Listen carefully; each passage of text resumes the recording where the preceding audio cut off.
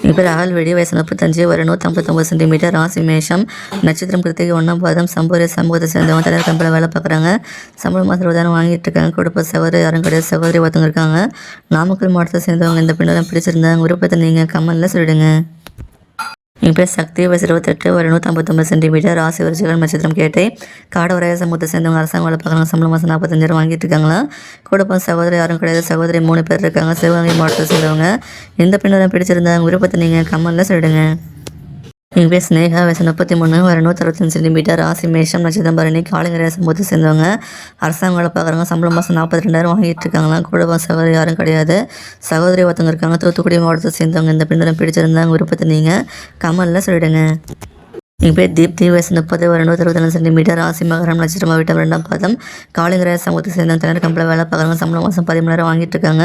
குடும்ப சகோதரி யாரும் கிடையாது, சகோதரி ஒருத்தவங்க இருக்காங்க. திண்டுக்கல் மாவட்டத்தை சேர்ந்தவங்க இந்த பின்னரம் பிடிச்சிருந்தாங்க விருப்பத்தை நீங்கள் கமெண்ட்ல சொல்லிடுங்க. எங்கள் பேர் இலக்கிய வயசு 34 ஒரு 163 சென்டிமீட்டர் ராசி மீனம் நட்சத்திரம் உத்திரட்டாதி சாதி சம்பூரிய சமூகத்தை சேர்ந்தவங்க தனியார் கம்பெனியில் வேலை பார்க்குறாங்க. சம்பளம் மாதம் 40,000 வருது.